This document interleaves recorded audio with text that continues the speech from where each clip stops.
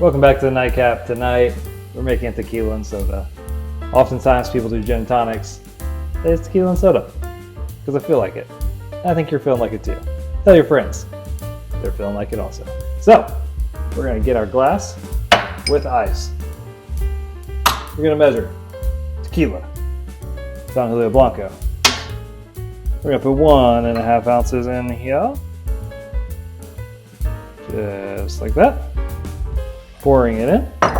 And then we're going to put in 5 ounces of club soda. Pour it on top.